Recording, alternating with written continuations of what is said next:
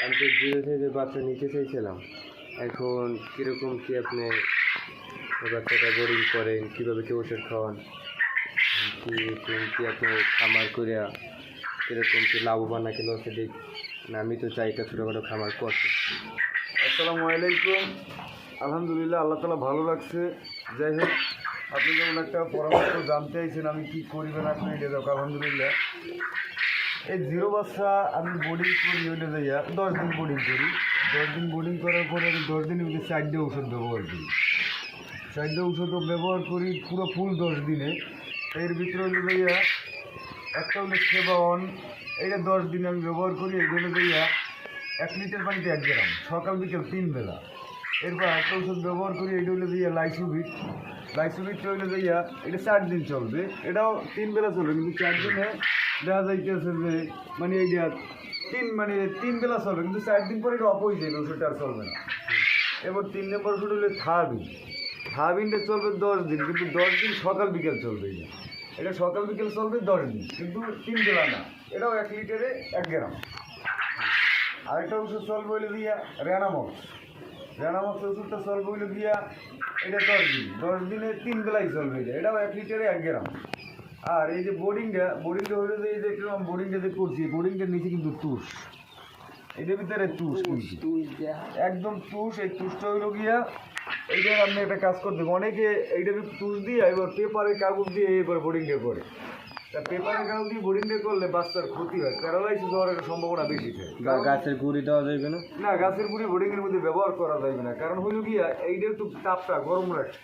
যেরকম এটা মেশিনের ভিতরে মনে হয় 37-36 ডিগ্রিতে থাকে, তারপর এইটাও 2-4 দিন অনেক তাপে রাখতে হবে। এবার যাই হোক, ওই পেপারের কাগজটা দিলে হয় কি, এই যে পেপারের কাগজ বাচ্চাদের সময় খারাপ পাও স্লিপ করে, ওই সময় বাচ্চা প্যারালাইসিস হওয়ার সম্ভাবনা থাকে। তাই যদি পেপার কাগজগুলো দিতে চায়, আমি মনে করি আগে তুষের উপরে পেপার কাগজ দিয়ে এবার উপরে একটা সুতি কাপড় দেবে।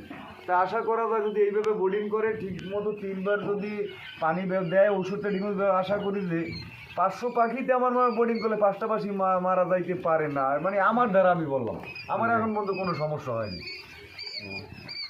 তা কাকা, এই যে জিরোতে যে বাচ্চা মানে প্রাইস কীরকম, তারপর আপনার যে এতে বেশি দিনের বাচ্চার প্রাইস কীরকম কি?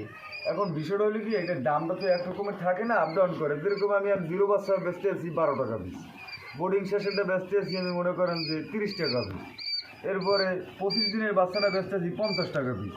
এখন দাম তো মার্কেটে দেখা যায় যেরকম যে সময় চলে ওই রকমের কি বেচা কিনে। আচ্ছা কাকা, আপনার কাছ থেকে যদি দূরের থেকে যদি কেউ নিতে চায়, মানে কিভাবে মানে আপনি সংগ্রহ করবেন? মানে মোবাইলের মাধ্যমে নাকি আপনি হোয়াটসঅ্যাপ মাধ্যমে নাকি?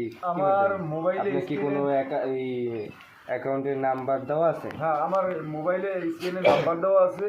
ওই নাম্বারে যোগাযোগ করলে বাংলাদেশের যে কোনো জায়গায় যদি আমার নাম্বার যোগাযোগ করে ঠিকানা দেবে, ইনশাল্লাহ জায়গায় বাচ্চা পুষতে যাইবে, কোনো সমস্যা নাই। কিন্তু বাচ্চা মনে করেন অর্ডার দেবে আজকে, বাচ্চা কালকে যাইবে, আজকে সন্ধ্যার সময় টাকা পাঠিয়ে দিয়ে দিবে, কিন্তু বাচ্চার ব্যাপার তো। ও, এটাই আমি বলতে চাইছিলাম যে মানে আমি যে অর্ডার দিব 50 পিস নিয়ে যে অর্ডার দিব, কিন্তু এটার ভিতরে কি মানে টাকা কি আমার 50 পিসে যে টাকা হবে এটাকে পুরোটা দিতে হবে, নাকি আমি বাচ্চা পাই আর তারপর টাকা নিতে? না, বাচ্চা আপনি আজকে বিকেলে ছাড়বো, আপনি সকালে সম্পূর্ণ টাকা দিতে হইবে। বাচ্চা ধরেন আমি বিকেলে থাকি।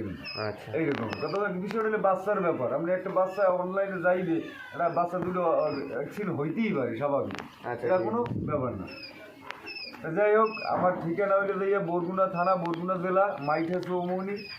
স্ক্রিনে নাম্বার দেওয়া থাকবে, যদি কেউ বাচ্চার প্রয়োজন হয় ওই নাম্বার যোগাযোগ করলে ইনশাল্লাহ যে কোনো জায়গায় বাংলাদেশের ইনশাল্লাহ পাইবেন।